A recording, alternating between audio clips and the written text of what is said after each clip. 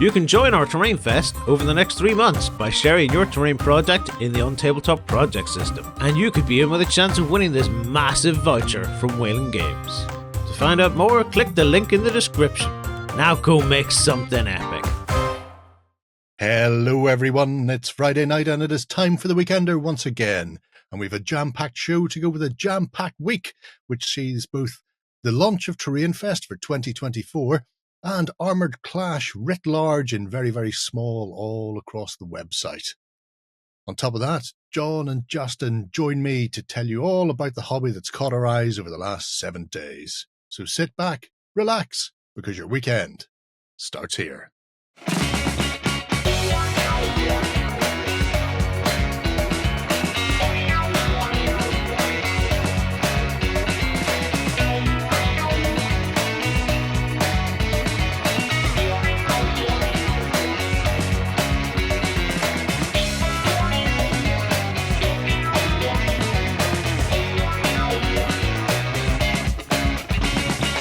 Hello everybody and welcome to the Weekender. I'm joined this week by John and Justin to see what's going on in the world of hobby.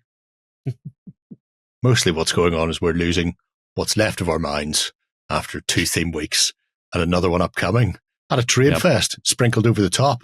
It's just more all the time. Yeah, I'm so buried with the theme week stuff at the minute I haven't even started my terrain build. Shocking. I think there's some sort of paddling in order for that. Get that wrong, it's paddling. If you haven't been paying attention, shame on you. We had a Bolt Action 3rd Edition theme week last week, and this week just passed is the Armoured Clash themed week, where there's a ton of stuff going out. If you're after a prize this week, then comment on one of those videos, because there's 3 different Armoured Clash prizes to be won. One for YouTube, one for OnTableTop comments, and one for Cult of Games members. So if you're a cultist, you've got an extra chance of winning. You can come over to OnTabletop and check out the Armoured Clash Hub. There'll be a little banner on the front page as well with all of the links to the videos in there. So you can see at the moment we have a rather sedate unboxing. Quick, punchy, to the point, what we like. There's also the land ships, the big behemoths that John's painted up for the Crown and the Empire. We had James Hewitt and Parker in studio to teach us how to play Armoured Clash and also to take on each other in a specially written scenario that I believe they're going to put out for people to play along at home with. And there's going to be some additional bits and pieces, interviews, designer chats, that sort of thing for people who are interested. Also, on that note, for people who are interested, I did speak to Peter Dennis. It went out last Sunday for the end of Bolt Action Week. And the editor, the fiendish editor, chopped off about half an hour of me chatting with Peter, just because it had nothing to do with Bolt Action 3rd Edition. So that will be going out as a separate video. Not sure when, but I'm not losing that chat because that was great. I'm really looking forward to it. I hate my editor. The dandelion mind just floating on the breeze. You know, it's part and parcel of everything else we were doing for the theme week. I just like to say that I told people it was coming. I told people it was amazing. I told people it was this long. And then it arrived. It was like, yeah, we cut that away. It's like, what? It's like cutting somebody's entire lower torso off because they've got an ingrowing toenail. It's outrageous. You feel like Lloyd stole your kidney. I woke up in a bath full of ice and I had Peter Dennis appendectomy. But yes, so Armoured Clash going great guns. There's more to be seen for that. So you can check it out throughout the rest of the week. And also this week, as if that wasn't enough, it's the start of October, which means the start of Terrain Fest. Properly kicked off. We warned you last week, in case you were interested. Now it has begun, and with Terrain Fest, there is a big buckety £300 voucher to be won for Wayland Games.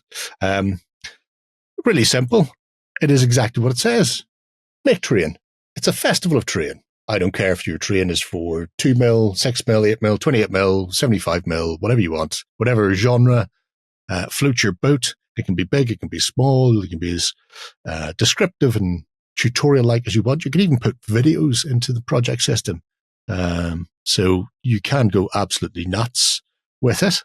And it's always a good way to while away the hours now that the sun is getting lower earlier in the day. What else are you going to do with your time except sit at the house and build hills? So many hills. Hills for days. Because it's the only way I'm going to get any hills in the studio is if I make them myself and bring them with me. True. It's very true. If you do want to get involved, go to the project system over at OnTableTop.com, make a new project, and when you create your project, you can choose to add in a contest tag and just pick Terrain Fest 2024. Make sure it says 2024, because we did have one last year. And if you click on the wrong one, I won't find it when I'm looking for it later on, and you won't have a chance of winning anything. But at the end of the day, you'll always have some terrain to look back on, so that's good. You know, it's not a total waste. I know Justin said he's refused to do anything for Terrain Fest this year because he's lazy as shuck water. That's what he said. I'm waiting on stuff to arrive. I spoke to Tom. Shocking. Absolutely shocking. You've got 2 hands and a load of EPVC. You just start building all your buildings from scratch. Just need pencil and a ruler. Straight edge and a knife. Off you go. Yeah, if I could get past themed weeks, sure. What are you doing at night? Sleeping. Oh, That's what you do at night, Jerry. Don't you know this? No, not if I can possibly avoid it. Until the crash hits. Like the stock exchange in 1929. Everything's great until that crash hits. Then it all goes away. Anyway. So yes, Terrain Fest, hiving into view. Theme weeks, coming and going, with another one in the not too distant future for somebody else. What can I say? I give so much it hurts sometimes. I'm very much like Bill Murray and Scrooged. Right. We shall move on and get started with the show proper. And of course, the most important part of the week is the Indie of the Week. And this week, it's Mad Robot Miniatures, which I'm hoping contain mad robots. Although, right off the bat, I'm seeing a lot of cowboy hats. Already not sure. But look, you two can have a Devo head. You can have a gang of Devos if you want to whip it real good. I'm not sure why you wouldn't want to have a set of Devo heads. No? None of you Devo fans? Oh my God, you're all so young. Particularly. Christ on a bike. Everybody in the comments obviously know who Devo are, and they're just going, that's amazing. I can't believe they should all be painted like shiny red plastic, by the way, in case you're wondering. But I can just see a cult of Devo in a post-apocalyptic wasteland. So it's not beyond the realms of possibility. I don't know, if you treated all the heads, if you got like a bunch of these and did a Space Marine chapter. Oh, well, you could do that too, but I mean, it would be a terrible waste of something good. I'd be more inclined to stick them onto something like their apocalyptic stuff. So they do 28mm Rizans. There are a few different types. So obviously you've got sci-fi and post-apocalyptic, and some, as we've seen, Wild West. They are, in many respects, multi-part. So even though they're resin, you could probably mix and match these with some other ranges that are out there quite comfortably. So your likes of Stargrave, Oathmark, Dead Man's Hand stuff from Great Escape Games. They have, similar flat joins at the shoulders for your arms, and the heads are ball sockety. So having things like your Doomsday Survivalists going full militia in the forest with beanie hats and an absolute hatred of the government. The government took my baby. I had an odd idea because the join points are the same as bolt action miniatures, so you could have a post-apocalyptic world with a bunch of reenactors running around with modern weapons. Oh yeah, that could be fun. It's not beyond the realms of possibility. I wouldn't say no to that. This is the thing, though. Nobody ever thinks that during the zombie apocalypse, it might be good just to go to your local museum and grab a suit of armor. there's not a huge amount of suits of armor kicking around in museums. It would be cheaper just to buy it off Temu. Yeah. Fair. Because the steel may be bad, but I'm pretty sure Zombies Bite Strength, it still isn't beating the best Chinese steel. Just you'd be better off going to butchers, actually. Lots of butchers have chainmail gloves for when they're hacking away at stuff. It would at least give you a start. I really like the Eshkaton Choir, who are proper radioactive cultists. Yeah, they look like they should be worshipping a nuclear bomb. They probably are. The cult of Atom, anyone? Yep. There's no reason not to be. Obviously, just take the hooded hats off and put Devo heads on there instead. I'm just going to play Whip It all the time whenever I'm in the studio, by the way, until you another knuckle down. Jerry. Knuckle down and learn to love the Devo. There is a little game system tied to the post-apocalyptic stuff, which is the world of Requiem. Not sure what it's about, but it is solo-based. So for people who are interested in it, you can pick it up from the War Games Vault. If you fancy doing some narrative skirmishes in your wasteland, trying to find out why those red bucket-headed men are after you all the time, screaming and whipping. Stop that. I can't help myself. I've started now and it just keeps going. If we move on, probably for the best. The Stargrave-esque crewmen are quite cute because you've got a whole badgery gub of aliens to add to either Stargrave or Xenos Rampant or whatever. There's a touch of the Han Solo about this roguish chap at the end. But him aside, I really like the fact that they've gone almost full alien. I suppose technically he's alien to these guys as well, so it is fully alien, but the majority are non-human based aliens. Let's put it like that. So having your little floaty scouts and bug-headed things and tiny-eared whatever the heck that is great because you don't see enough of them. I'm going to say, even when you've got something that's very alien-centric, like the Star Wars models seem to be 99% human, and then 1% every other alien in the galaxy that's just sort of been chucked in there at the last minute, which is disappointing, I feel. You can see them individually as well. I should mention these are all resin pieces. They do have a My Mini factory as well, so I think you can pick up STLs of some, if not all, of the pieces they do as well. But if you're ordering from them, they are cast resin in most cases. I like him just because of his little antenna. I kind of want to give him a big mop of white hair, paint him up like an Andorran. Apparently they're very good for sensing heat. At least the infrared Andorran versions, I'm not sure what he is, and I'm not checking. So, yeah, Stargrave Cruise for the Fulton. I used to go to school with a fella called Fulton. I wonder if it's any relation. Probably not. Quick question, Jerry. Do we know where these guys are based? The US of A. So if you're ordering from UK or Europe, be aware import charges. Yeah, but it's the same with pretty much anything. Yeah. Likewise, people in America ordering from UK suppliers have to do the same. Yeah. It's a big world. They'll work it out. I love the faces on these guys. And there's a ton of really nice options on things like Great Escapes, Cowboys sets, but being able to put together a little set of specifics so you can pick up one set of the plastics, use all the plastic heads, and go, there's your townsfolk, and then maybe do a set that's your lawmen. And then at that point, you're going to have to repeat heads, but being able to swoop in and go, I want these to be my cowboys or my villainous desperados, because they look like they're about to tell somebody to throw down in the middle of the street. Although he's got that's a hell of a chin on that fella, with a cracking tash as well. Got a touch of the Sam Elliott vibes about him. Now, this would be nice if you wanted to homebrew a Red Dead Redemption game. Never played it. Honestly, really, really fun game.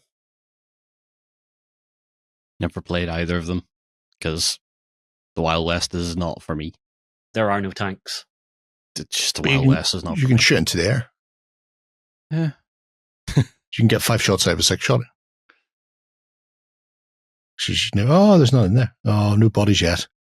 But clearly they are planning on bodies, because otherwise this wouldn't exist. Anyway, Yep. arms and heads so far for the Wily West. But the big one has got to be the Grim Dark. So if you're planning on getting in and doing a whole host of, well, Imperial Guard are a good way to go, but maybe kill teams or necromunda gangs, things like that. Then there's some nice options in here. And again, they're multi-part based on that same system, so you should be able to mix and match. So you can have a bunch of cowboy colonial defense force. And if there's any sort of big, giant, stabby bugs coming your way, then they would work also. Desire to know more intensifies. Or the jungleism. Go full Nam. Never go full Nam. But you can. It doesn't end well. No.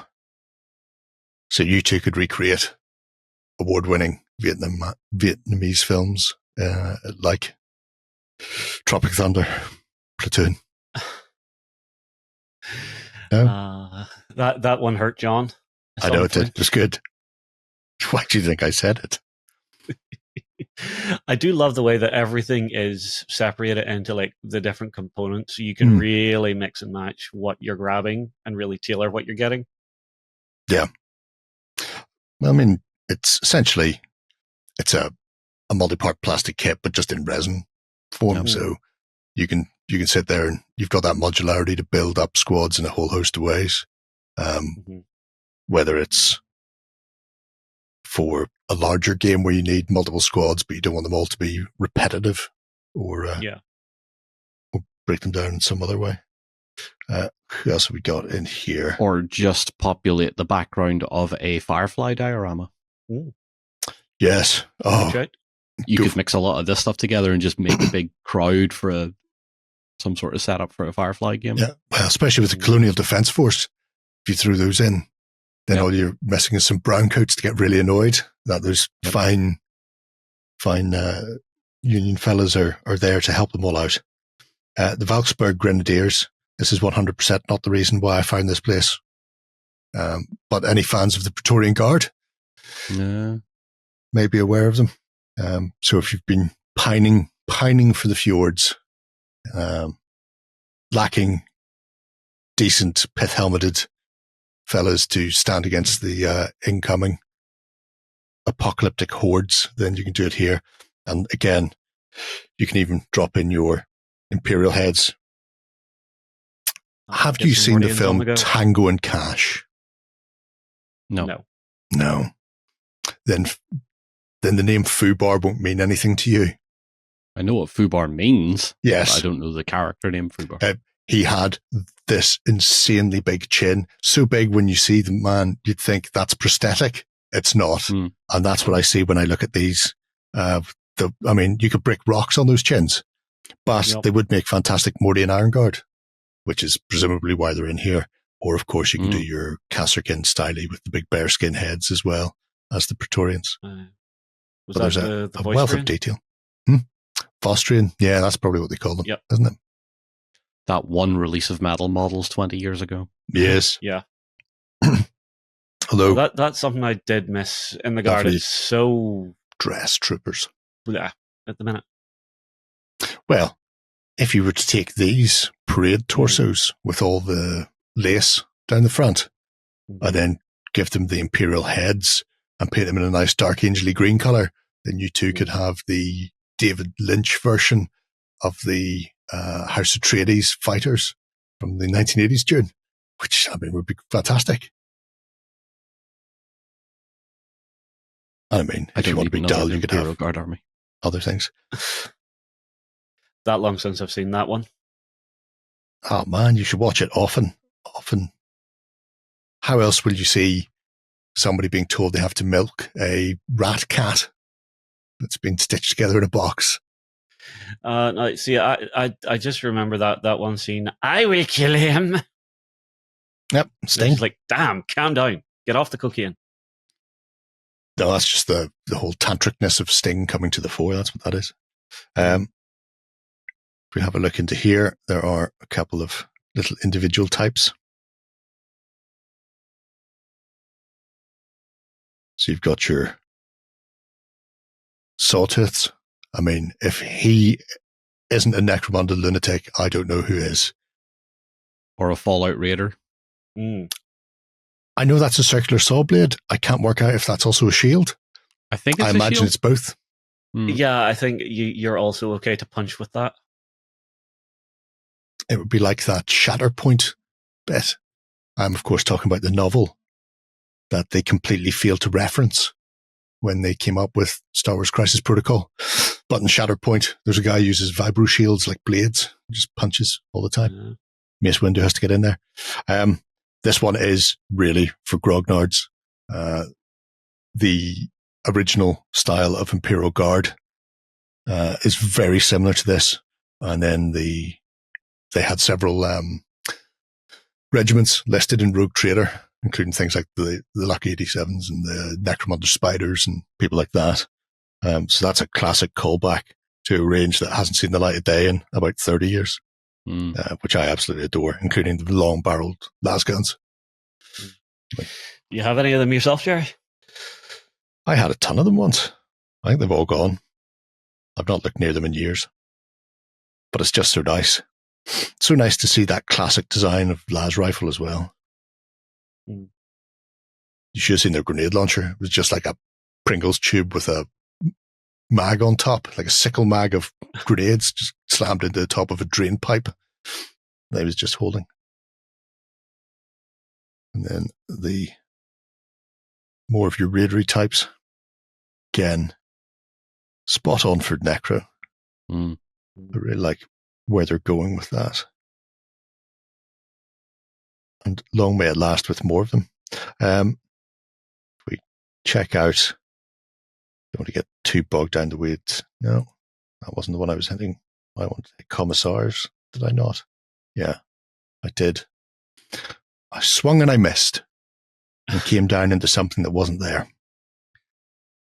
You two can get your own Commissar kit and then start running little Commissar battalions. White shields, they used to call them Commissars in training. You put a load of them on the table and just go, ha, I don't care if you die. Which is obviously the correct way to deal with any trainees for anything ever. The survivors pass the test. Yep. If they couldn't survive a simple war, then they're not really worth their time. But yeah. So the Mad Robot Miniatures boutique stuff, you can go in and start picking and choosing what you want. So where you're looking at here's the bodies and legs you get for the Grognard, and here's the bodies and legs you get for the Praetorian type. Here you can actually just go, right, well, I want the cultist hoods, but I want the bodies from the Grognards, but I want the weapons from the, and actually just go down and go, give me that bit. So you can make a totally bespoke miniature from any of the parts that are on the site, which I think is really nice. So you're not having to, especially if you want something really bizarre, or you see a few bits and go, well, I could make a really nice squad out of that, but I don't want to buy 7 different packs just to cannibalize it all together. You don't have to. You can just go in and go, I want all of these bits. Give me these bits and I will make my ideal squad of whoever it happens to be. Chainsaw wielding cultist lunatics with Devo heads. I imagine that's Give probably me all the parts needed to make Cowboy Commissar. Yep. You could do that too. I mean, a Commissar with a big cowboy hat on, and at that stage, you're just running Judge Dredd from the Cursed Earth. And I have absolutely no problems with that. It's a great way of doing things. If I pop back to the homepage, say they are on My Mini Factory as well if you're after SDOly things, if you happen to do the ones and zeros. But otherwise, you can pick up the regular bits and pieces from in here in Rezan, which is a great way of doing it, I think. If you fancy playing around with some sci-fi and post-apocalyptic nonsense, if you want to Welcome to Frogtown, you could probably do that as well. Go absolutely fully Rowdy Roddy Piper on everyone with a shotgun. It's all good in the hood. Right. I think it's time to take a look at some news. Coming to you from the center of Northwestern Europe. Covering board games, war games, card games, and all that you love. It's the news.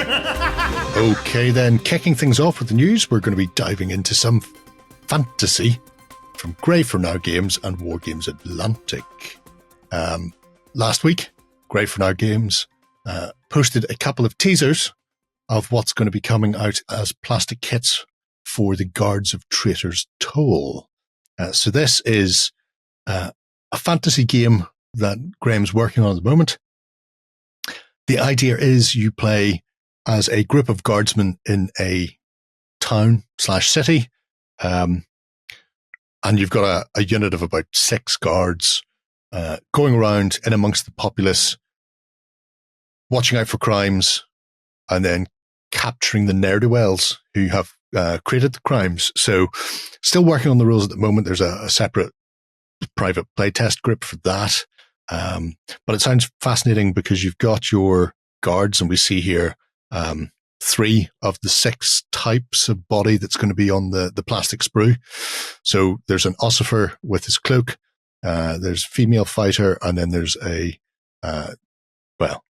standard male guardsman as well, and then presumably 3 more, something similar. Options for all the weaponry and the like in there, including having things like a writ or a list of people that should be hunted down and beaten to death. But like 0200 Hours, it uses a similar style of mechanic, John, where your tokens go in the bag for your guardsmen, and then also civilian tokens go in the bag, and tea and time tokens go in the bag as well. And when you draw one out, it'll either be your guard will activate or a suspect will activate. And when a time token comes out, a new crime has been committed or something like that. So as you're patrolling around in amongst the civilians, all of a sudden crimes will occur, whether it's petty theft, robbery, or murder, you just don't know. And there's ways of sort of hampering not your foes, the other shifts, the other guards who are out there, because you want your guard to do best. So it sounds like it's going to be a fascinating little narrative sort of thing going together, even down to the fact where you have like a discontent level. So if you go in heavy-handed, like mob-handed, and just start planting every civilian around you with a club, everybody hates you. Things get much worse for you. It goes badly wrong for your guardsmen. Likewise, if you happen to stab up a petty robber, it's not going to go well either. So you have to use acceptable force depending on the crime that's been committed, which is going to be fascinating. They've also got sorry.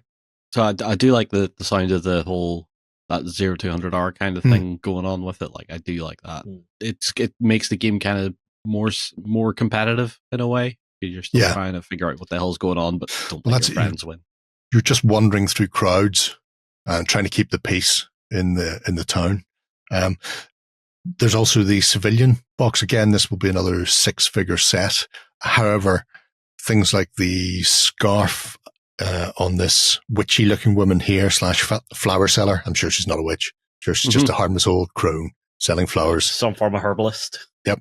And the apron on this Bill the Butcher-looking guy right here. They're separate. There's a lot of separate components on this one, up to and including most of their hands are empty. So where you see they're holding flowers and fish and stuff like that, they're all just optional extras on the sprue. So you can have a variety of civilians doing stuff. And then if you're not using those pieces, you can throw them onto the bases, you can chuck them onto market stalls or put them onto the terrain or do whatever sort of set dressing you want. And these are the people who start off as civilians, quickly become suspects, and if you're particularly unlucky, eventually a chalk outline, I imagine. Law enforcement on commission. How quickly would the cartels go down? Well, I mean, we all know how quickly would the government go bankrupt? Yeah, I was going to say, privatizing everything, it always goes well all the time, especially services like that. But I really like the look of them. They have that classic fantasy feel, but on the cusp of the sort of almost Discworld Victorian-esque sort of thing. So you've got the random top hats and stuff wouldn't be out of place in a later period. So it has this sort of real nice blend, which means if you're pulling in figures from older collections or from other places, sort of anything goes, really. You can be as fantastical as you want, or you can push for a more grounded, maybe more modern sort of feel to things also. There's an awful lot of people in the groups absolutely frothing, champing at the bit to try and get their towns built before the game actually launches. So there's a ton building going on, and so many people who've just gone, I'm just making Ankh-Borg. It's going to be Pratchett. It's all about Discworld. That's what we're doing. Fair. All the time. And I mean, if that's what people like. Yes, they do. It's great. It's the most amazing thing ever. And we need to tell those people that Terrain Fest is on. Yep. Mm-hmm. Oh, well, at least one of them knows. But I will say one of our community members, Ewok Kebab, has been spamming the absolute shit out of the face page group with just streets worth. I think he's attempting to make a whole city at a 1-to-1 scale, which has been impressive to say the least. But yeah, we will see some of that later. Maybe on Sunday if people want to join us then. But yeah, if you fancy finding out more about Guards of Traitor's Toll, there is a Facebook group. It's very accessible and friendly. So feel free to join us over there. And you can tell us why Discworld is the best. Justin, we're all judging you all the time. I know. Paul, when he was in last weekend, he just went, you know what you did. Right. Moving on from fantasy and taking a look at some historicals, John.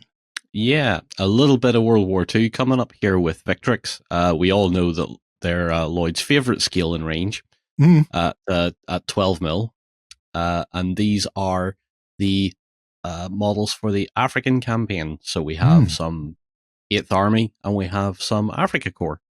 And of course, being in 12 mil, they are excellent because Victrix is very good at their 12 mil stuff.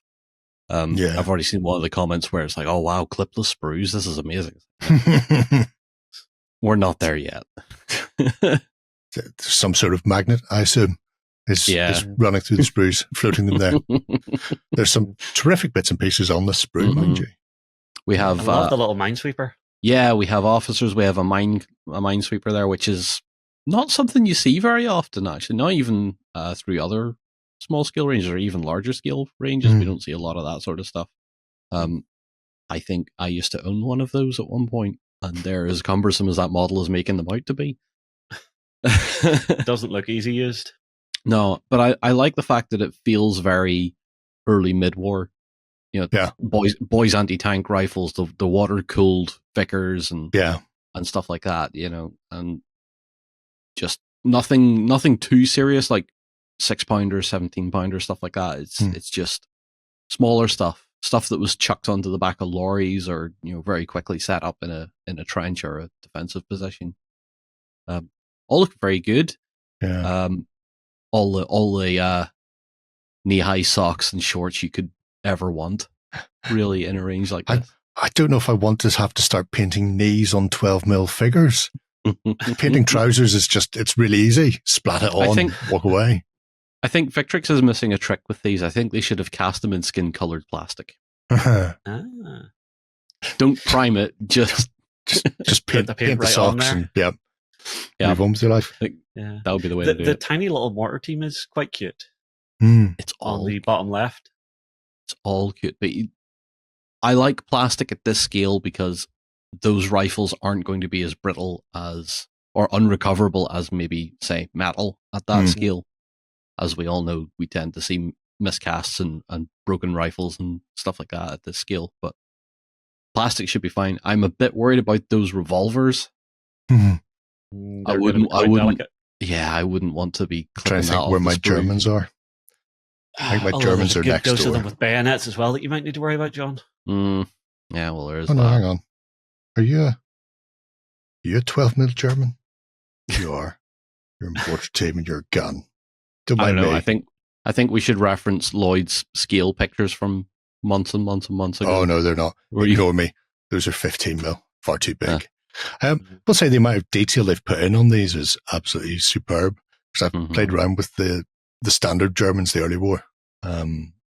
Europe or European theatre Germans they've done. So the level of detail that they translate from these and from the renders into the actual final sprue is spot on. And when you're looking at those, the detail in those is just fantastic. Right, but you could definitely argue it's more than you need at that scale, but it's nice to have it. I think these days with washes and speed paints and that sort of thing, you can chuck them on and move on with your life quite happily. And, and for the smaller scales, that stark contrast works really, really well. It does, And we just have the renders for the Africa Corps. Yeah, I think these are a ways off yet. The 8th Army is due within the next few weeks / months or month. But these, I don't think we'll see these this year. I think it's possibly going to be the turning of the year before they come. But again, more nubbling ease. The other thing is, because it's Victrix, you're going to get an absolute boatload of these in the pack. Mm-hmm. Oh yeah, I think it's never shy about giving you a lot. I think it's like 190-ish models. Wow! I'm trying to think what was on the German infantry one set. So multiple sprues, and it was like 200 odd models. So you're putting together substantial forces, which is what you want when you're playing smaller scale. But again, these look cracking. I will say, as a recovering reenactor, I always did want to do some Africa Corps. Yeah, because the uniforms just looked comfy. No heavy wool, no insane amounts of leather. I remember seeing you in high summer just sweating your nads off in the Fallschirmjäger gear. Oh yeah, that tunic and then that big smock over the top. But no thank you. Oh, even the field cap. And you can always do a lot with the tropical uniform as well, because they bleached so quickly that it's essentially a riot of colors when you're looking at them. Uniformity isn't quite as uniform in North Africa, be it through faded dyes, changing uniforms every other week, or dust and sand getting everywhere. I was just thinking, at one point the Germans captured a load of British uniforms when they took Tobruk. So if you really want to hate yourself, you can get the 8th Army and do head swaps. So you've got the German helmets and caps on, and then just have them in the brown British fatigues. No, thank you. Not at home. Not at this scale. No, not at this scale. No. There's no. I mean, I praise to anyone that does it, but no, not for you, John. No, absolutely not. I did some in 28 mil. It was much easier because the heads are separate. Fine. Yeah, the heads are already. Just glue one on. Yeah, done. Yep, absolutely. Sweet to the beat. Right, Justin. Yes. Void. Yes. Stalkers. We have something from the guys at Artel Miniatures, a little touch of sci-fi. They have done a redesign on their Void Stalker Exiles. So, anybody who loves their space elves, their lovely racist space elves, is going to adore these. So, basically, what these are, they're like an alternate version of the classic Banshee that you would know from your Eldar. Really nice dynamic sculpts on them, and they've done a good mixture of stuff. So, that would be our leader. So, if you think that'll be, what, your Exarch or your Exarch, John? Exarch. Could be Exarch. Mm-hmm. Could even be Jane Czar herself, if you really want to go that way. The other option parts would make her look a bit more like Jane Czar. See, some of the optional parts they've done are very offbeat, because some of them make them almost look Arabian, which is a bit of an interesting take on it. I mean, that's cool as... Mm-hmm. Yeah. Well, they've got two sort of styles here. They've got your space elves, and then you've got the exiled space elves, which are essentially the craft world / exodites, the ones who decided to stop living in space and live on a planet and went all feral and started riding dragons. Very much that. Something from the annals of history for you there. I'm pretty sure exodites still exist. Yeah, they do. Are there miniatures for them? There never has been. Mike McFay sculpted one once. He did a really nice sculpt. It was on a yin-yang diorama base, if anybody remembers that. No one, just me. Shame. Do you have it? I don't know. He only made one just for himself, the scumbag, but it was in White Dwarf. It's good. But so yeah, we got our leaders. We get a few different like weapon options and things as well. So you've got your swords, you've got your spears, and then moving on. Yeah. We also have, like I said, those options for some of them, and then our main unit as well. So you are going to be able to get a full like squad out of this. But the one thing I'll say, Artel is one of those companies that is just superior for their resin casting. I have never ever seen a flaw in anything they have ever produced. It's not really the casting that gets me so much. It's the character they managed to put into models that when you see the plastic alternatives from other places are quite benign. Yeah. Well, I mean, there's always such a sense of movement in what they do. Mm-hmm. And I'm actually quite surprised at just how many pieces these are in now. Well, this is part and parcel of the do you want to do Craft World or do you want to do Exodite? Because I think even this comes with so many options that you can pick and choose between them. So there's your rustic hiring banshees who are just in leather and cloth and stuff because they've not got the technology to make the other stuff anymore. Yeah. See what I mean on the heads though? That's that more like Persian vibe to them. Oh yeah. With the little quite lovely danglies. Mm-hmm. That's the technical term for that. It's a dangly. I wouldn't mind running a couple of units of Exodite banshees because that would be pretty cool. Yeah. That and the painting on them would be really interesting to pull off. Arabian they're quite lovely. It's like Arabian days. Yeah, I mean, standard banshee type, fine. They're all fine. We're all fine here. But those are angry belly dancers. Yes. That haven't been paid. That is one Casbah you do not want to spill your sherbet in. There's even a little sniper type as well, which is cute. That is very malign clickbait. Clickbait indeed. Hey, they're honest with what they're doing, aren't they? Yeah. Yeah. I don't know, you might as well call a spade a spade. That is a heck of a gun. Somebody's getting their head hollowed out. It's got and weirdly, when you're talking about Arabian again, the stock on that gun is very similar to the Arabian Jazeel that some of the Bedouin tribe and stuff used quite a lot. That strange sort of dog leg kink in it. Yep. So, and then even this one we're seeing has some options on it. So hood up, hood down. Well, hood up and Mortal Kombat mask on. Yeah. And then your head That's explodes. going to be stuck in my head all day now. You're welcome. It's what I come here for. That's why we do it. Yeah, cracking stuff once again from Artel. So Jerry doesn't get paid in money; he gets paid in the ability to torture.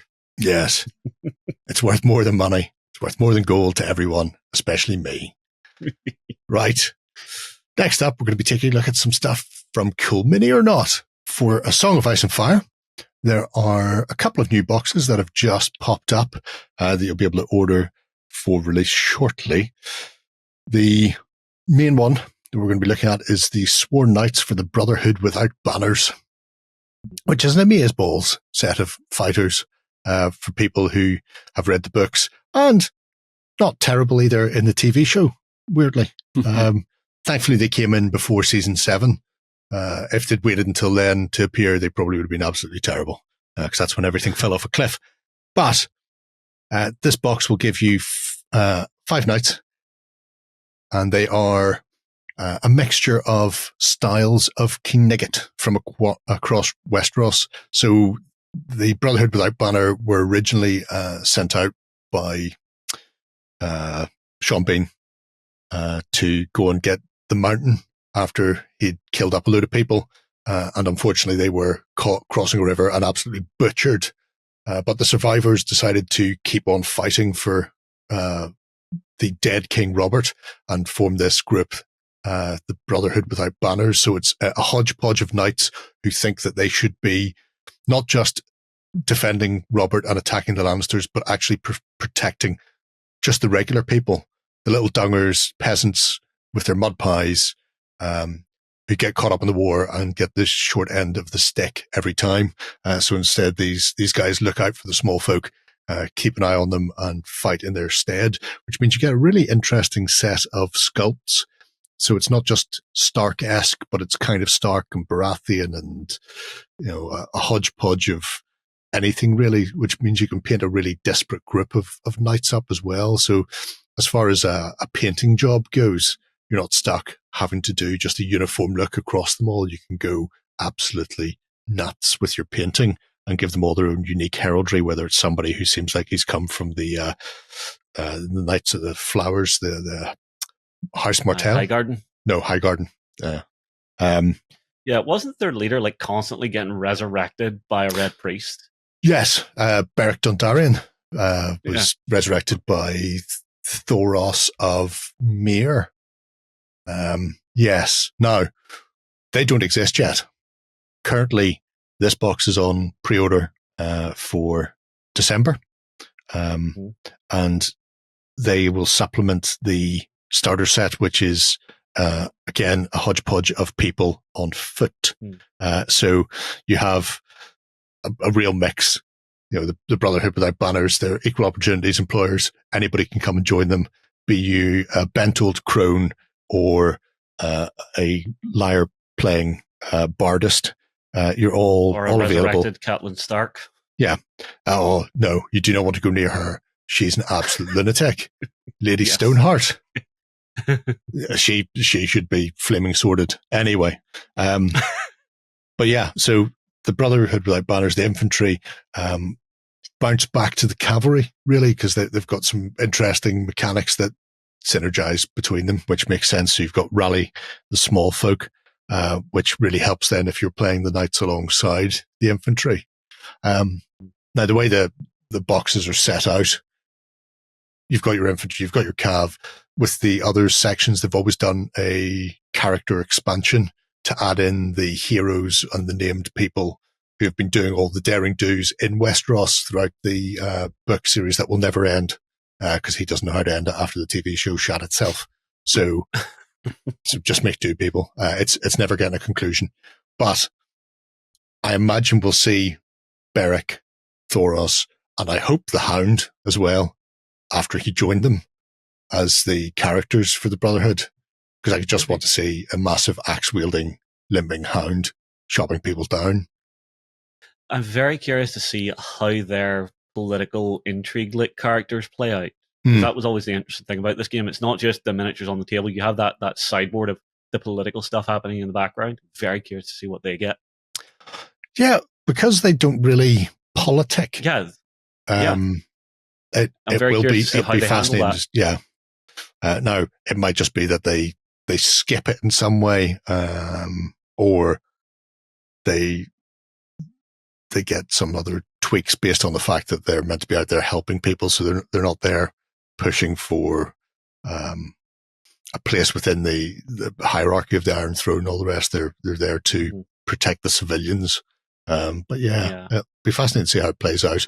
I do like the idea of the Brotherhood Without Banners just going around and chinning people who need chinned, up to and including everyone, I think is how that one goes. I can't think of one person who deserves not to be chinned in that book series or show. Everybody was terrible all the time. The only ones that don't really deserve it are already dead. Yeah, and they've already got their comeuppance for whatever it is they did. So, yeah. On pre-order. In fact, the only one that doesn't deserve it is Tyrion.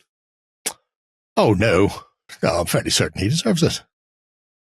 He's, at the end of the day, he was still very much House Lannister up until the point where Daddy nicked his mistress. And then he took a bit of a strop over that. But prior to that, he was quite happy to set fire to Blackwater Bay. I'll defend the city, burn them all. I'll do. All right. Yeah.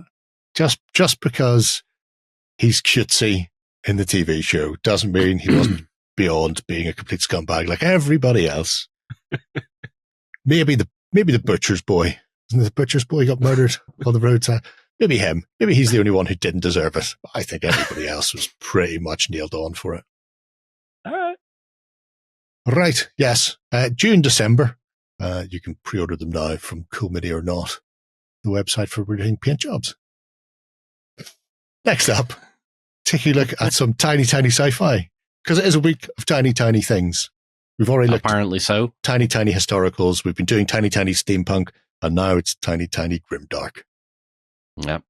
So we're going back to Legions Imperialis, and this time we are looking at the launch box for the Mechanicum. This is their battle group. The battle groups have been some of the best value for money starter boxes for the Heresy range. So like every time a battle group comes up, you should get really interested in it. For the Mechanicum, we have tons and tons of stuff in here. I think it's about 146 individual models, of course, split down onto their little round bases. Why round, we'll never know. We get tons of battle automatas and stuff like that. We get a few tanks in there as well. All in that typical weird, I'm from Mars, so kooky styling. These are particularly cute. I really love the character set in here for the tech priests and the mages and that sort of thing creeping around. Because not all of these have...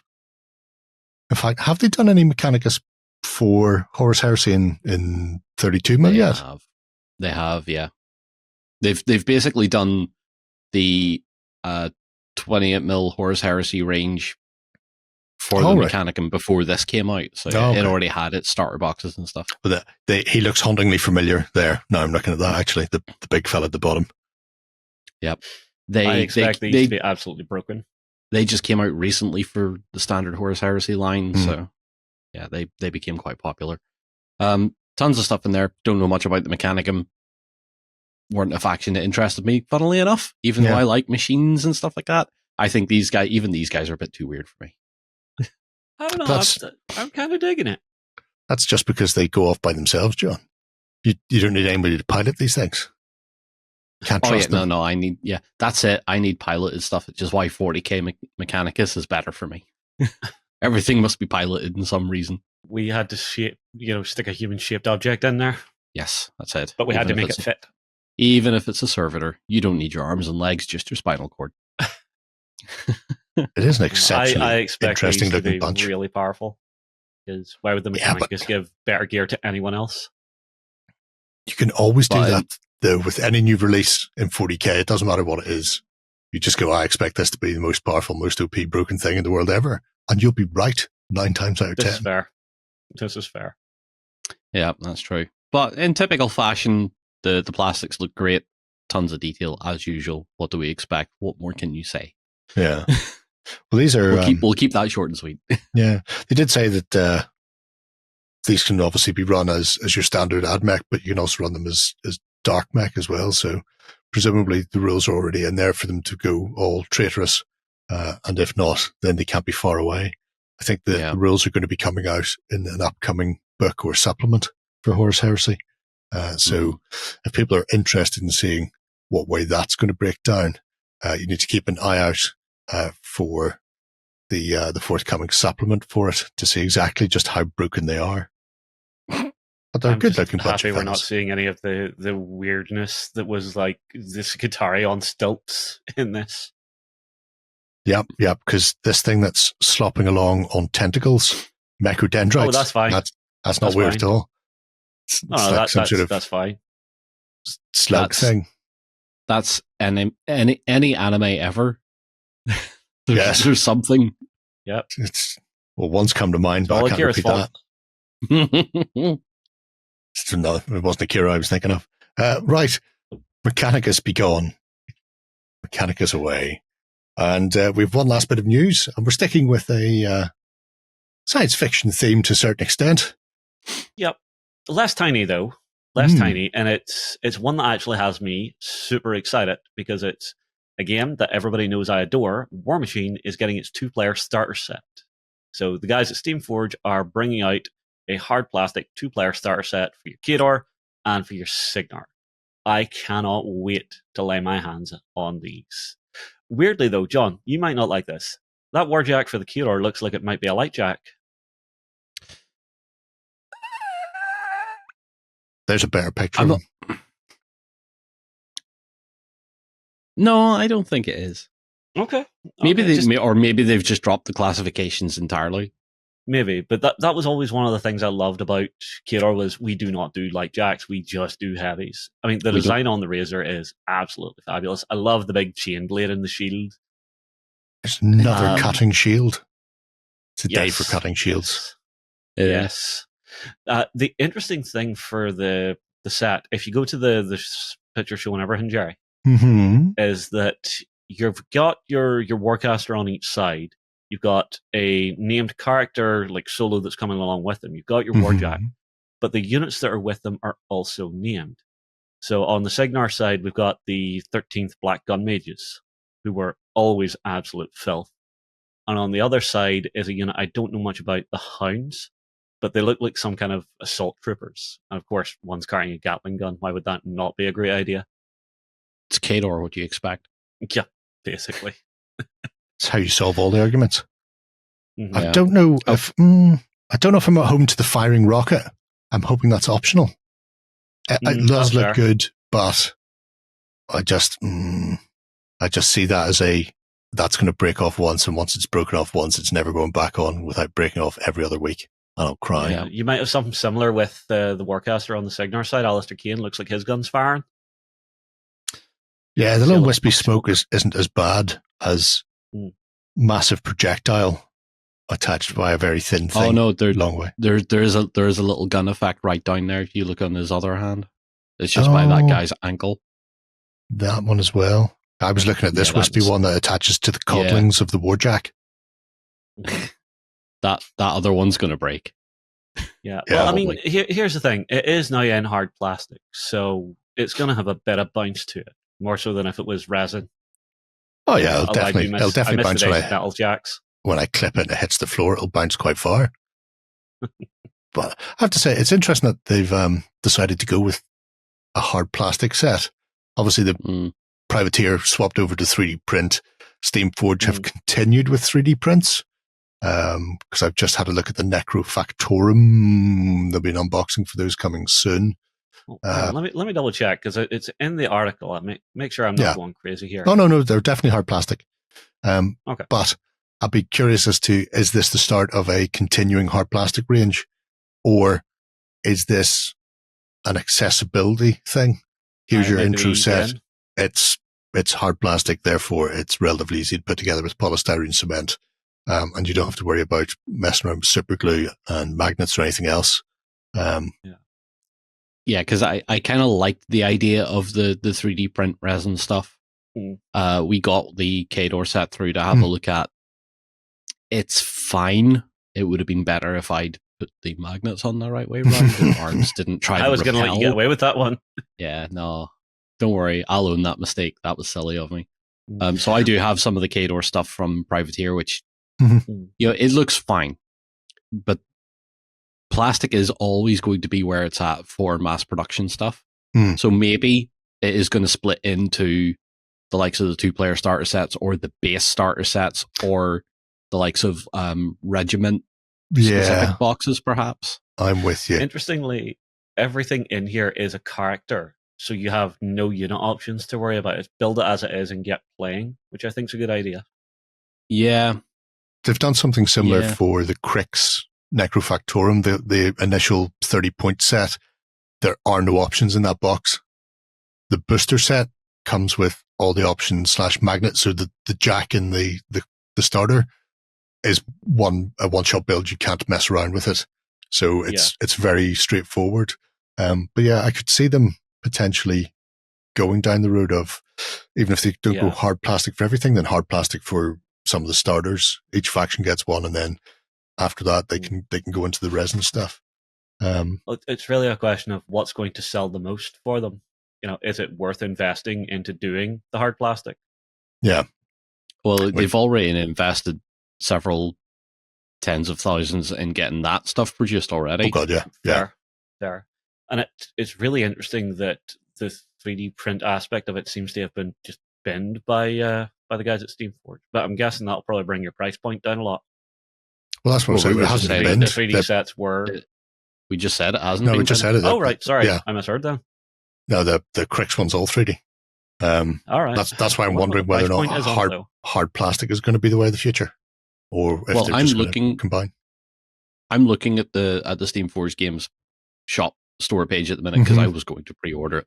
Yes. Yeah, the 2-player starters in English money anyway, it's 80 That's not. for the pre-order. So that's 40 quid It's- aside. That's pretty comparable to what you used to have. Because the old Yeah. sets were like, what, 35? yeah, but the problems is still remaining. Is it's going to be the legacy of the Privateer Press stuff. So that 3D print range of stuff that's around there, like the Khador Winter Core expansion box, is still 129, Yeah. and that's because I think that's because that's the 3D print stuff, and It's 3D. that's the price point they were set at. Didn't they go nuts with those where it was one price point, but it was every single thing sort of stuffed in a box? There Pretty was- much. If you want Winter Core, here's the Winter Core box, Yeah. basically. Yeah. Yeah. So you're getting plenty of miniatures for it, Yeah. particularly when you're still talking about it being a small to mid skirmish game. Yeah. I mean, it's definitely one I'm interested in because of the fact that it was a game that I really did love, and I did get a look at the rules when they brought out the latest edition, and it looked like, this is still going to be really fun. Yep. So, Fancy I don't know. Wait and stuff, see. Wait and Yeah. see. It's all you can do. That's what they tell me. Right. I think that's enough news. Let's have a swish.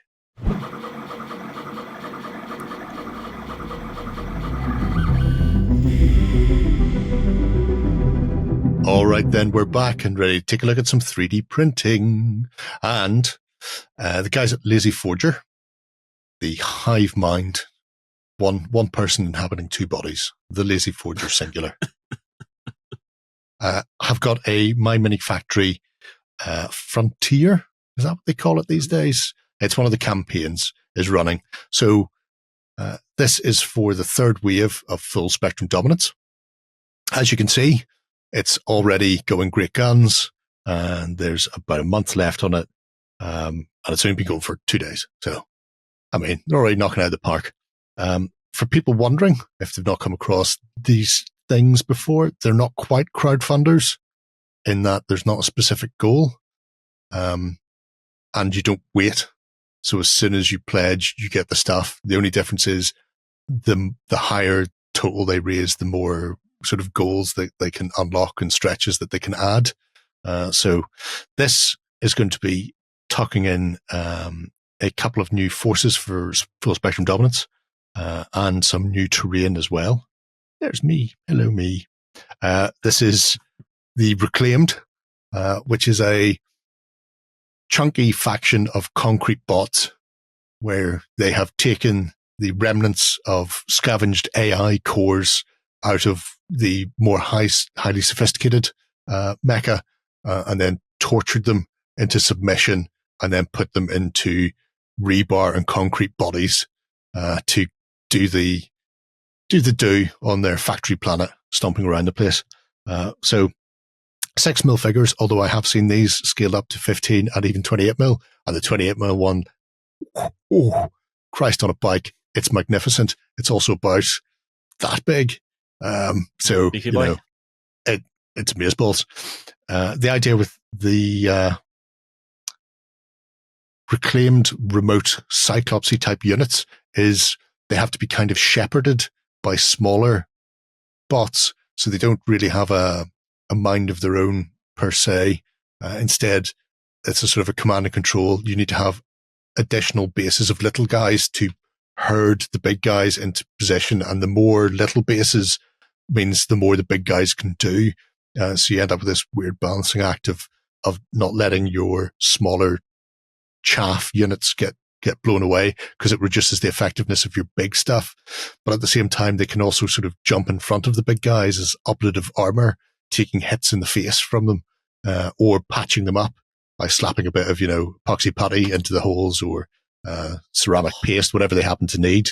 But it means they've come up with this really fascinating concrete mech look, which is just... Centaurs are fabulous. It's just bizarre. And I love it to bits so much. So I imagine they have a voice like a Tachikoma. No, they don't have voices. Yeah, They just grunt. They They just grumble. It's all just servo grumbling. It's like, remember the terrible Sylvester Stallone Judge Dredd film? The ABC warrior? That just sort of went all the time, like that. But yeah, the Cyclops Sentinels, with a variety of loadouts, they just have such a distinctive silhouette, I think is the best way of putting it. For something so brutalist, they're just charming. Yeah. I want to say now, since I'm on the front stage and I can say it, and other people might find it, and this particular YouTuber might find this comment, I would love Night Shift, the YouTuber, to take one of these and do a proper like diorama with this kind of thing, because Night Shift is friggin' amazing with realistic paint jobs. So we've all seen his Panzer IV going through the Stargate. That was spanking. That, and he also did the Panzer of the Lake. He did, which yes. was even, which was great as well. What? So what? You want to see one of these leaping off a building to do a superhero landing? I want to see these done with Night Shift style. Okay. Yeah. That's because Night Shift has very quickly become like my not crush, but definitely close. My friends, there you go.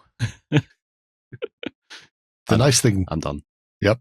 The nice thing about these is if people want to get into a 6mm game, this is as close to just actually making 28mm figures for a 6mm game as they could do. So yes, the little Ifrits and Imps are relatively small, but they're still sort of twice the size of the 6mm figures. You're looking sort of 1 centimeter, 12mm type of thing. So these are the smallest you go, whereas the majority of your force are essentially 28mm figures. These trolls and Cyclops and that sort of thing are single base 28mm style figures, which also means if you fancy doing something weird for 20mm or 28mm game, sci-fi, they work as is. You don't have to rescale them. You can just plow these out there.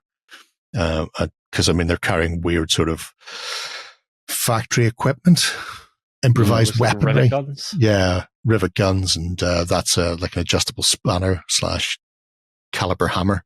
So who knows what's going on with that and the gun. So it's a good way of people who haven't played full spectrum dominance getting into it without having to worry about the very, very small things.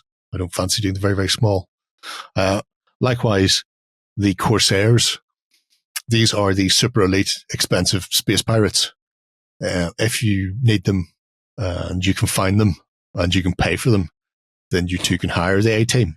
And they've got, the best rigs, the best gear, but as such, they are a small, super elite glass hammer. So you don't need a ton of stuff in this force either, but there's a lot of synergies going on with it.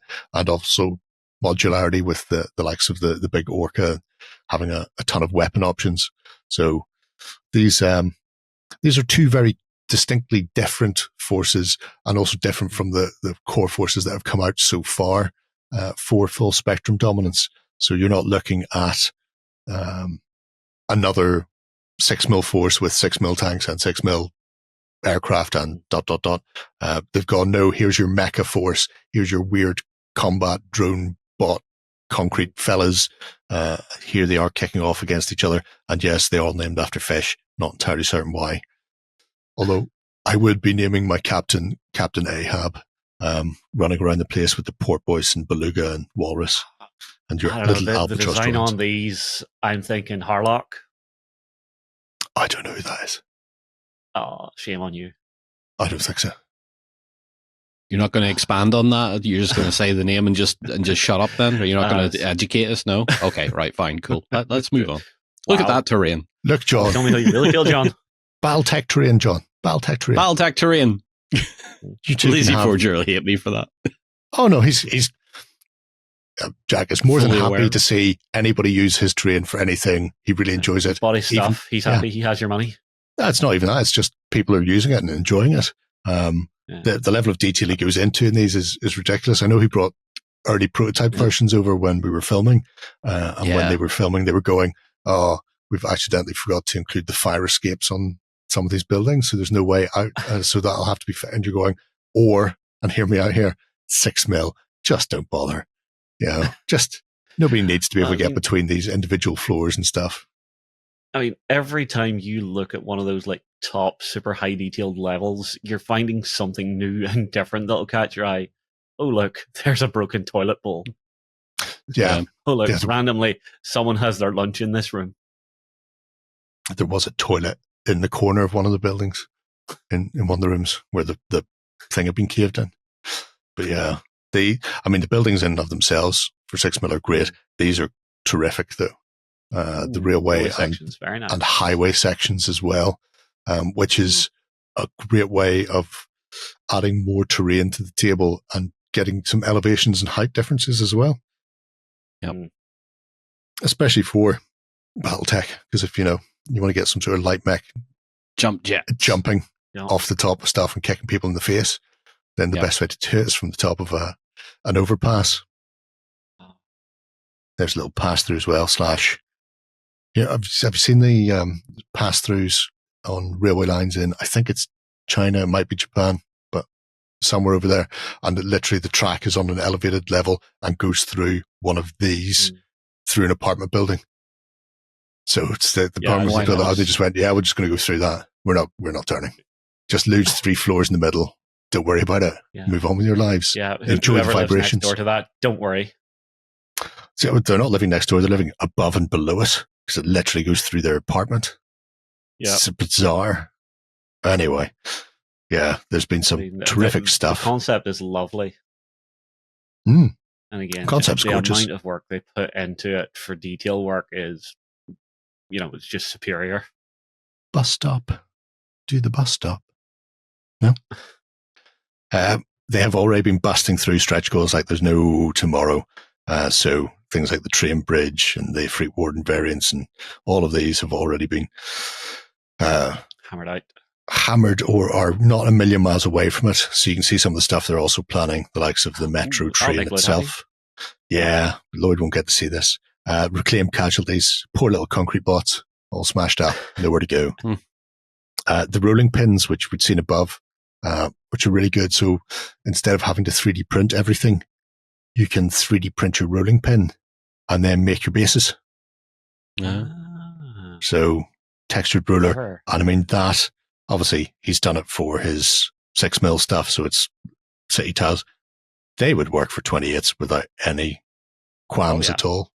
It's just Flagstone type stuff, which is all good in the hood.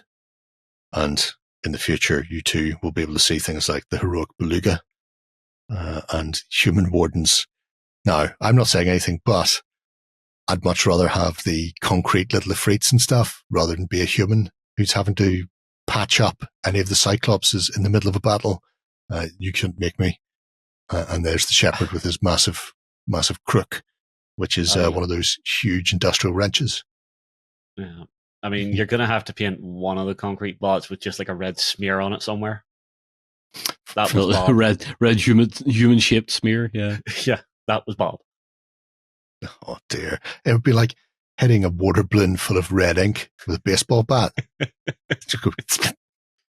Over you. There's a Gundam GIF that displays that remarkably well. Justin. Put that in there if you want. You find it and drop it into the Discord. I'll see if I can pop it in.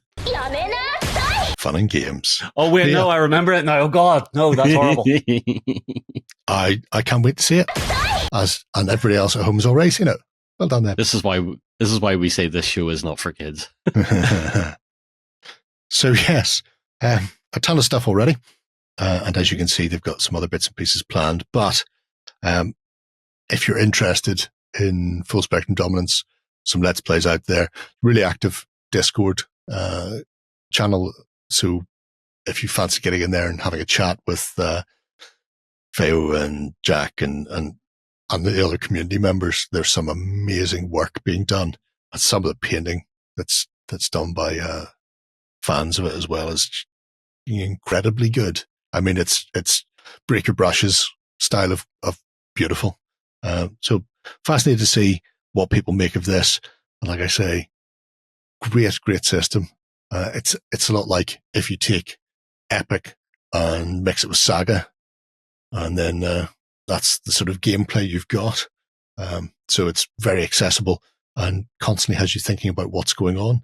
So if you fancy doing a bit of the old 6mm sci-fi funny games, then you can check out their My Mini Factory Frontier campaign. He said, high question voice. I'm positive it's a Frontier campaign. Positive. I'm assured of this. May or may not be that.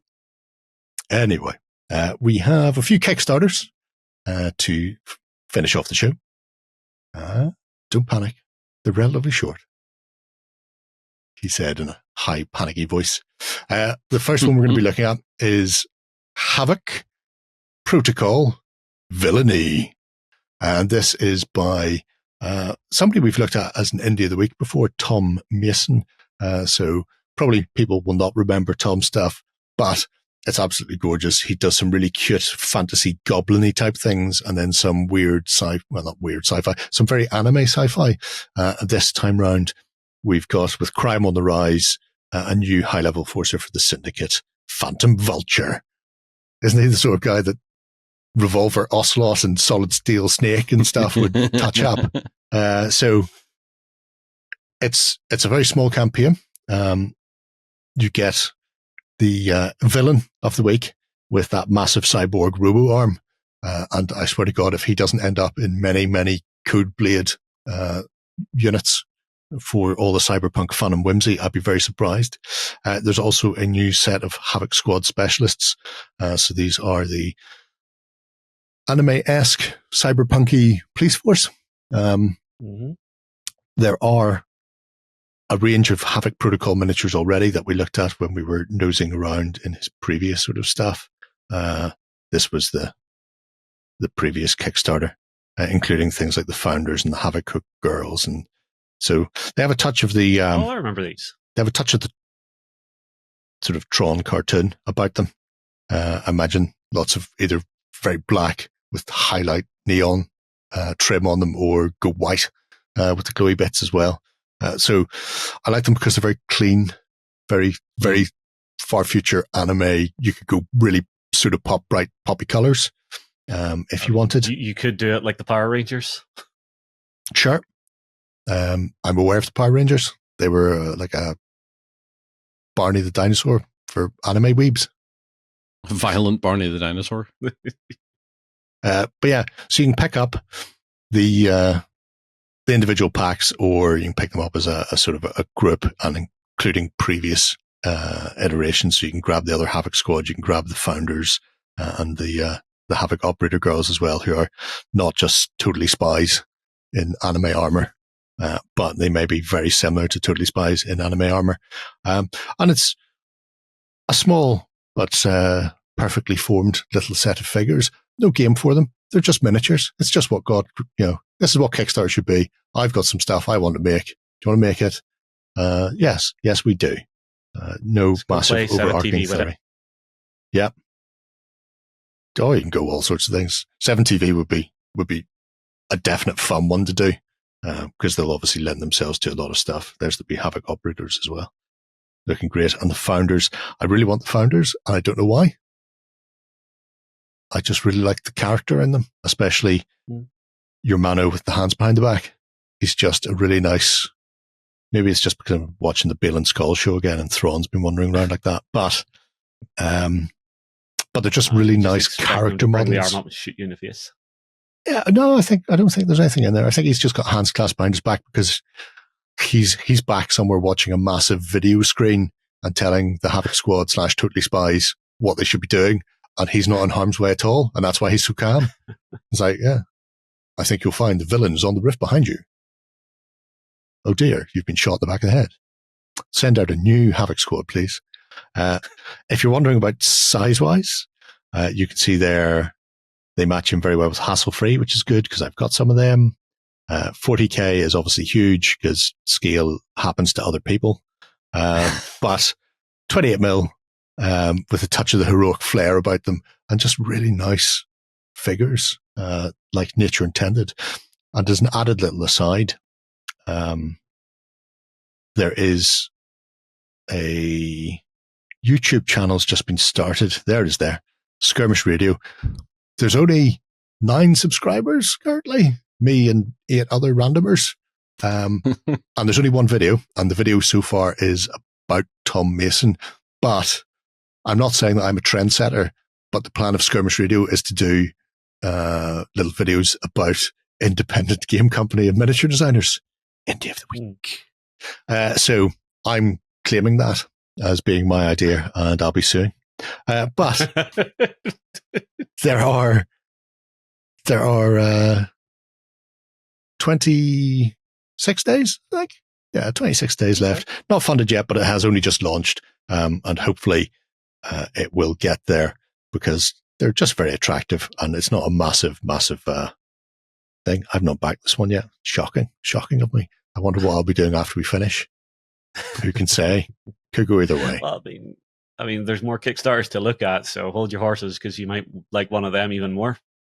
I might. I'm pretty sure he picked all these, so. Yeah. Oh, 100%. I picked all these. Don't worry. So there will be no adulting this week. There's always room for adulting. That's the nice thing about money and credit cards.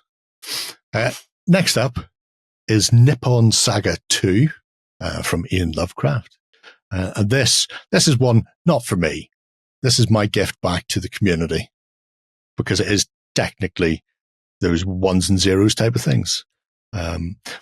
This is not tied to anything, although if you are a fan of Clash of Katanas or Test of Honor or things like that, and you're looking for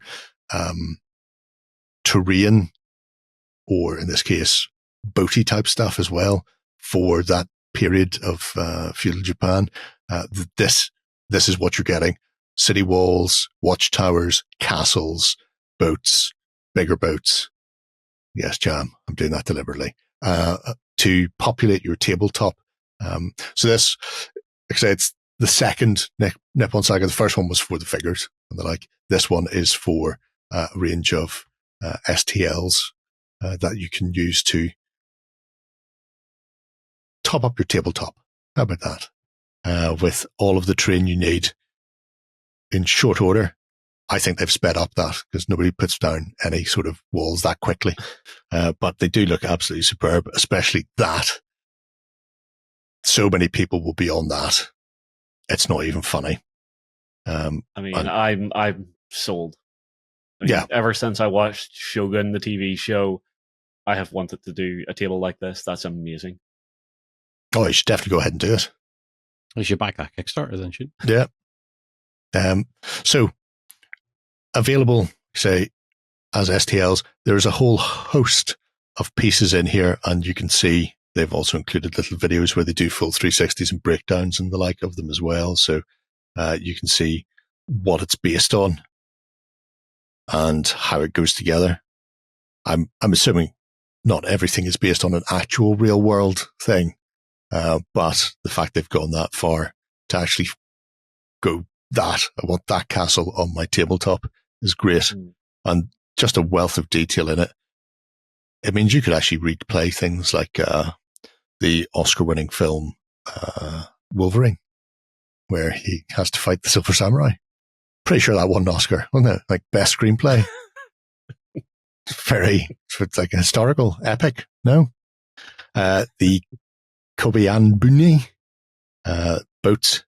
If you fancy doing some naval wargaming, I'd be curious to see whether or not anybody picks this up and does something like Nevermind the Boat Hooks, which was a version of Nevermind the Bill Hooks where you were fighting medieval ship-to-ship combat and then taking that and just rejiving it for feudal Japan instead.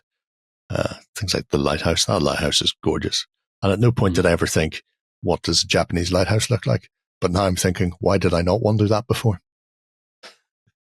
Well, here's an idea for you, Jerry. What you could possibly do is take the Blood Plunder rules and retool them to work with this.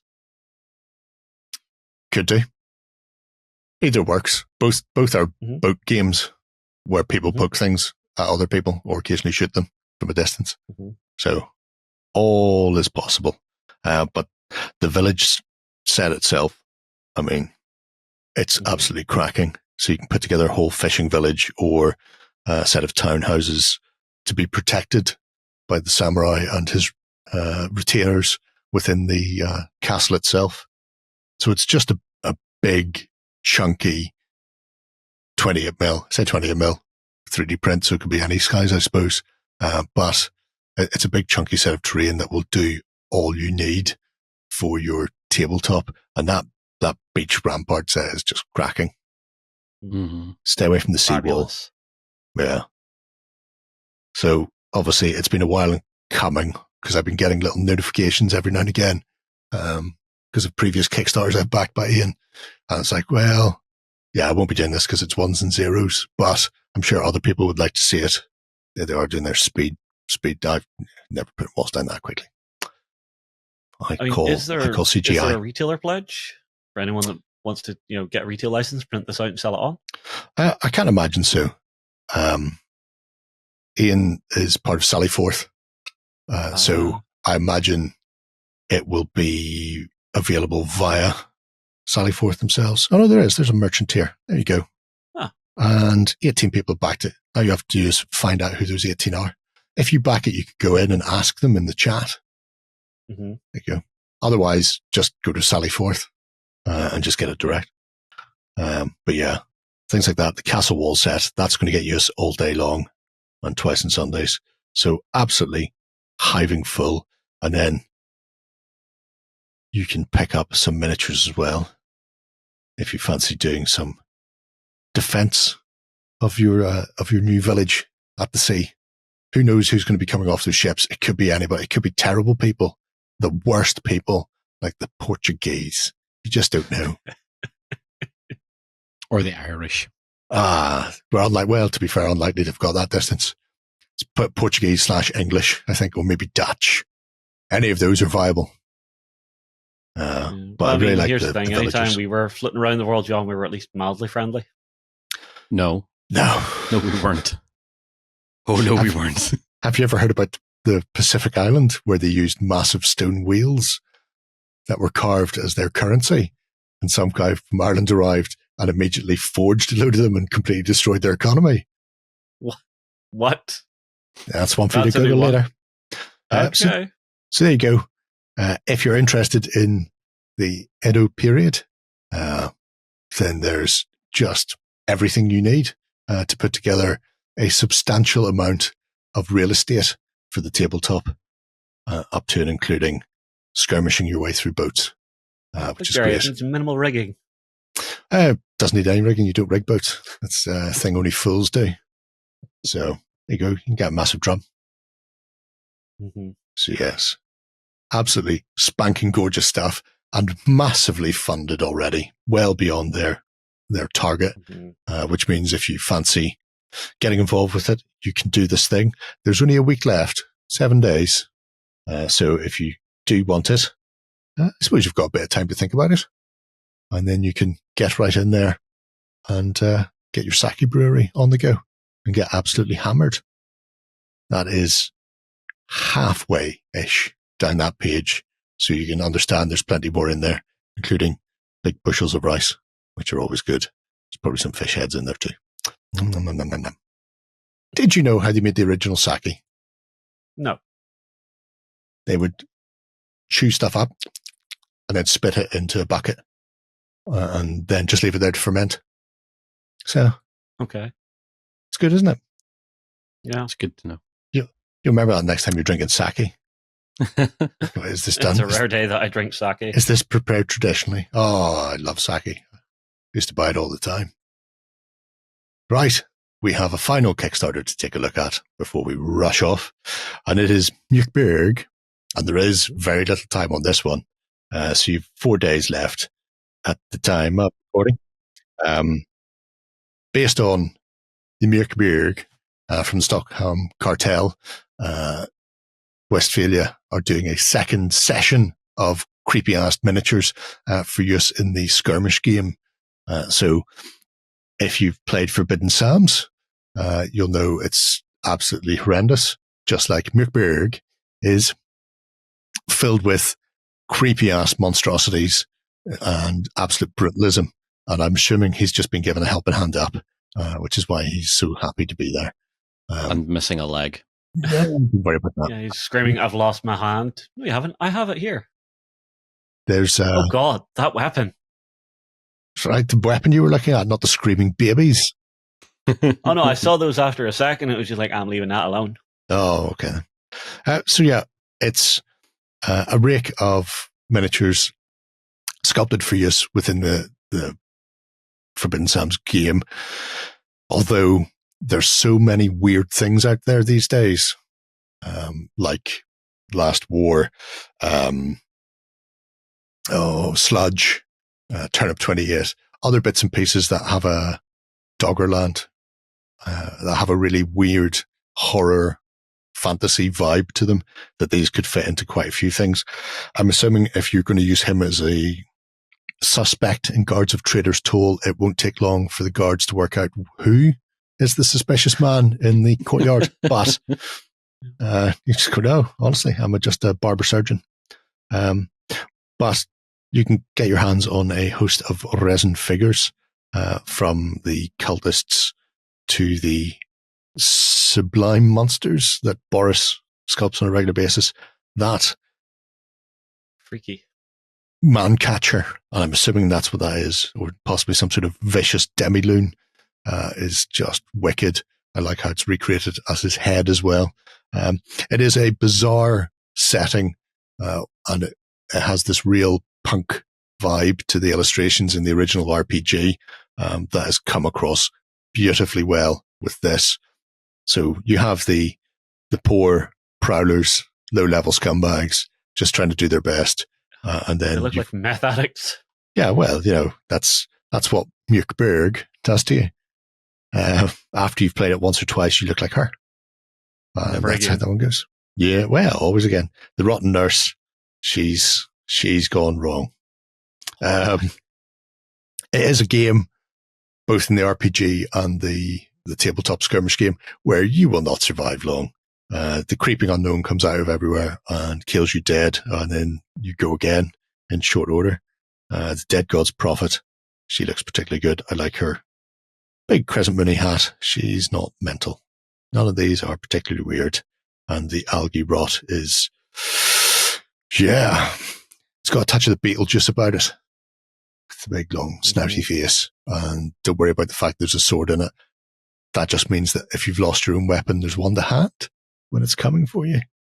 But Boris has done a spectacularly disturbing job once again, as is his wont in life, to populate the table with a host of freaks, fiends, ghouls, and monsters, and things like the Berserk is just there to make everybody's day happier and more productive. Because I would find something more productive to do if he was coming across the table at me. I mean, it's really surprising because the miniatures actually make me feel uncomfortable. That's how good a job he's done. That's the joy of Boris. If you missed out on the previous range, which is terrible, really, they are available as add-ons in here. The stretch goals are particularly good. The monkey with the broken bottle is terrific. He is not a happy fella. That is apparently a dog. I'm not questioning it. The goblins look like a bit like Telly Savalas, and then you've got crooked guards and troops. So stretch goals, hopefully they'll all get unlocked as they go.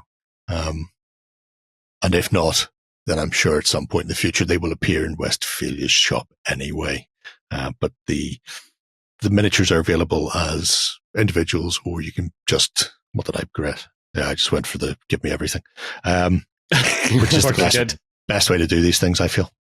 But you can get in there and just go, well, maybe I don't need a Telly Savalas looking goblin, but I do really need whatever the hell a bone boar is. Spoilers, it's some sort of creepy undead thing that fires bones at you. So don't worry about him too much. But the initial range, them are just absolutely gorgeous as well. I particularly like her, because she just screams Cadwallon for all you Rackham fans out there. From the top of her little tippy-tap top, the wretched royalty is a gorgeous looking figure. And they all have this creepily disturbing feel to them, like that. So, if anybody wonders where my Leshen backdrop comes from, it's that. God, the undead dolls. Yep. I bought so many of those. It's not funny. Because they're just absolutely great. And I'm hoping they're just dolls and not, reanimated baby corpses. It could go either way. With Mork Borg, it's that type of game. It's turn the gothic horror up to 11 and then kill everybody. That is the happiest troll you will ever see, though. I was thinking more Child's Play, but okay. Yep, could be Chucky as well. You can also pick up stuff from the most recent Crusader Birdsong Kickstarter as well. They're really nice. I've got those sitting behind me. Again, scissors for hands. Always a terrifically creepy thing. And a little bone flip playing fellow dancing along. So yes, if you fancy getting into the disturbing world of the Stockholm Cartel's Mörkberg, then you can do so. 4 days left on it, already funded. But if some of you want to unlock some stretch goals for me, I won't say no. Right. Go, minions, do my bidding. Do it all. And on that note, I think we've done it all. So that'll be us for another week. Don't forget, if you want to win any of the Armoured Clash boxes, then comment on any of the Armoured Clash videos, either on the YouTubes or over at OnTabletop.com. And if you want to join us on Sunday, you can do so over there as well, where the Cult of Games will be having a look at our XLBS hobby wittering, where John and myself are joined this week by Warren. Who knows how that will go? Until next week, have a great week of gaming. Bye-bye. Go ahead and check out our other content on screen now. And while you're at it, why not hit subscribe and remember to ding our dong. Go on, you know you want to click it. Go on.